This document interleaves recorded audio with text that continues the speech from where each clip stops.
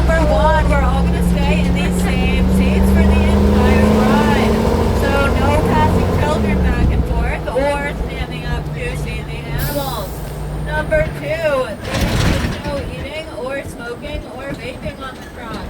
We don't want anyone choking or dropping anything that might be harmful to the animals. On that note, try to keep your hands and feet inside the vehicle. New Jersey is a no-touch state, which means touching any of our wild animals is punishable by a fine of up to $5,000. With that, welcome to our America section. Here we're going to see 4 animals native to North and South America, plus a few surprise extras. So we can start to be on the eye out for these little Rio birds. They're not actually that little, they're about 5 feet tall, and they really should be nesting this time of year. So, a couple weeks ago, the males started using their wings to gather up a bunch of females, and then all those females laid their eggs in the same nest. So females are prettier, they're a little smaller, small heads, eyelashes, so there's 2 chew up that food. On the left in the pond we have our Roosevelt elk. These are native to the Pacific Northwest, and they're named for former president and father of conservation, Theodore Roosevelt. They are going to have antlers, which are different from horns because they'll shed every year after breeders. That's the kind it came from. But also as livestock guardians and pack animals. So they compare their ancestors are every section here. This is their typical color, the brown with white spots and white bellies.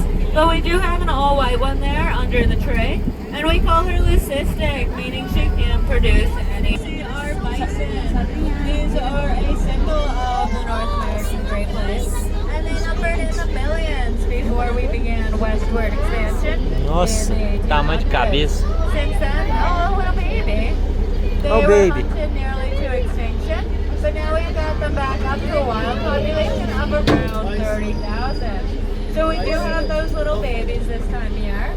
And those are the little orange ones. And they're going to eat that baby goat for an entire year after they're born. So their winter coat was so thick it catches rain and snow on top. So that just grows right over the baby coat.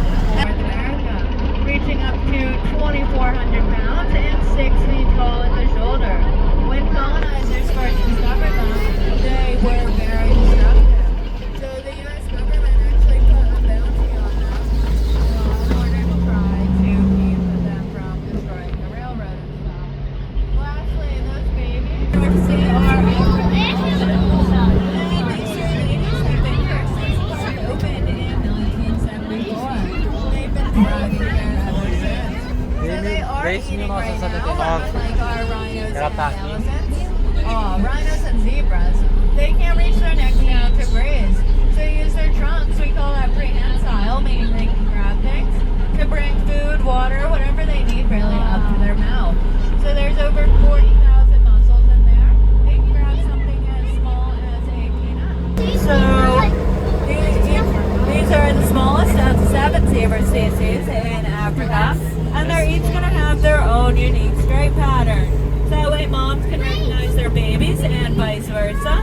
And they also use that as a way to confuse predators.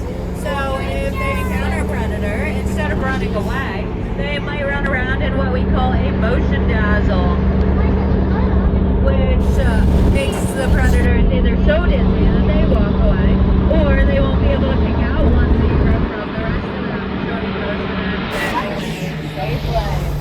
They're also the only animal here with only one toe per foot. Endangered. They are considered vulnerable though, mostly due to trophy hunting, for that prominent horn on their nose. That, however, is not a true horn, so it's made completely of keratin, just like our fingernails, and it can regrow if it is damaged or broken. In fact, many rhinos actually use rocks and trees inside in order to shape their horn to their desired shape.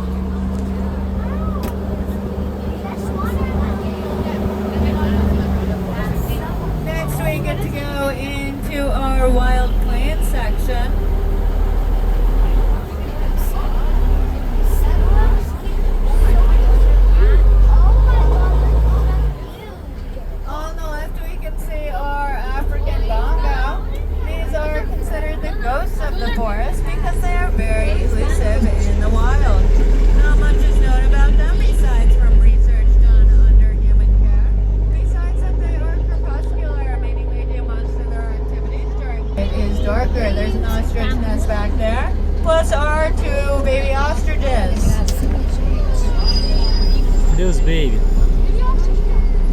Olha lá os baby lá, o And then tamanhozinho. on the right we have a few black bucks. You Tá can vendo, see amor? some more of them later.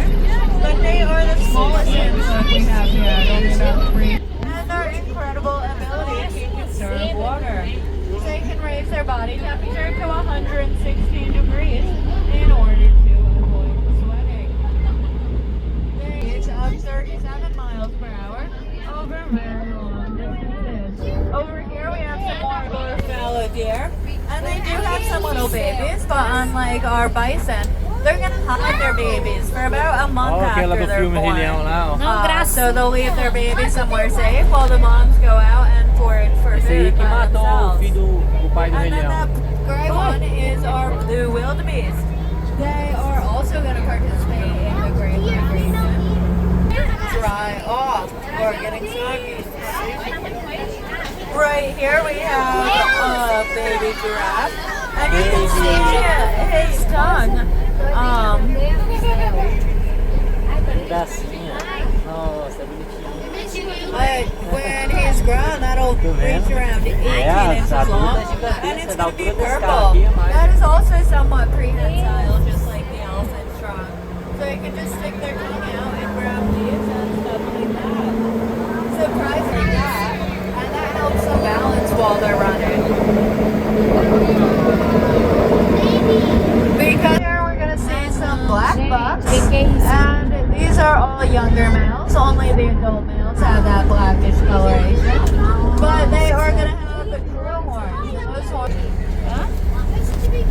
Oh, it's sleeping in the grass. You can't even see it since it's so tiny in front of them.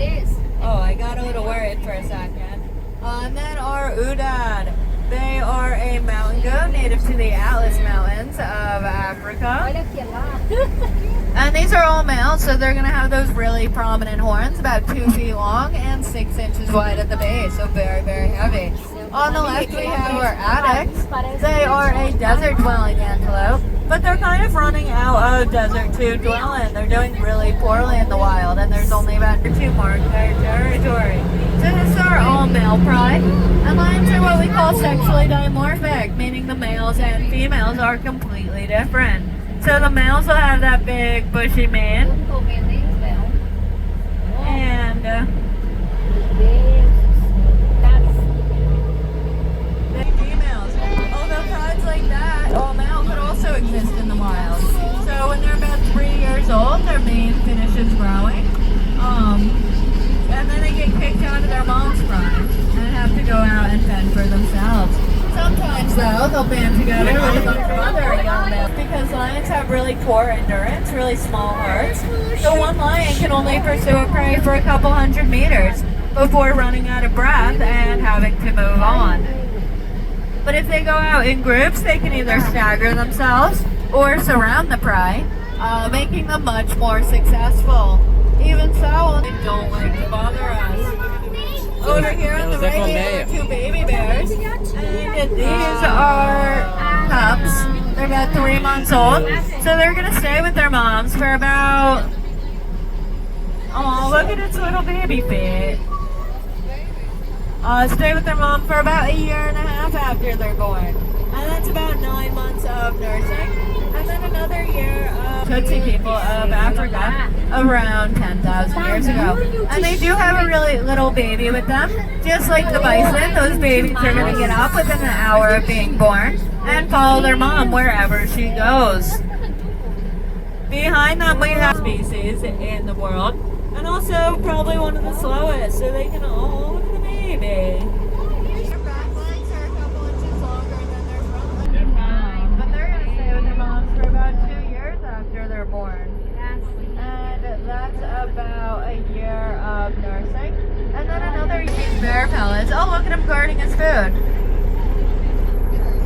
But in the wild they don't get bear pellets. So they have to figure it out.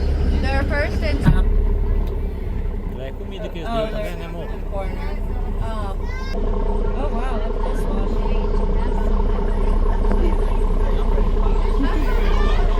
We awoke her, Eles fazem uns buracos. but because after they're done in the pouch, they'll typically still follow their moms around for another year. And then a third preferred sour milk for those older babies who she kind of wants to get rid of. And they are pretty successful. This cat in the world, they can get up to 800 pounds and over 8 feet long. So it's really impressive when they were. Now we're back up to a wild population. We're at 360. Be mine. Plus plenty more under human care.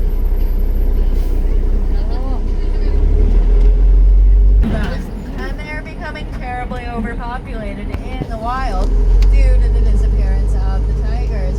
I kind of compare them to the white-tailed deer we have here, except their gestation is only about 5.5 months, and they can give birth year-round in Africa. It's a little hard.